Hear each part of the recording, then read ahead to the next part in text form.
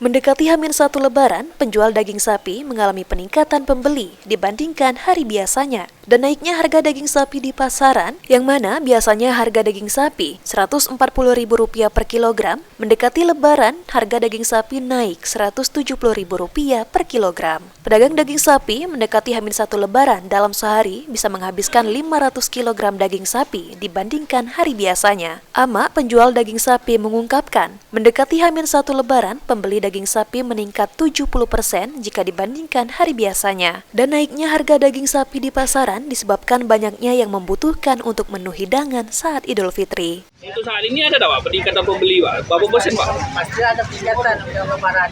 Berapa persen Pak kita peningkatan Pak? Hampir 60% lah. Berapa? Hampir 70%. 70% Pak ya? Iya. Untuk masalah harga Pak, ada kenaikan lagi Pak? Pasti naik lah Lebaran ini. Ya. Untuk saat ini berapa Pak?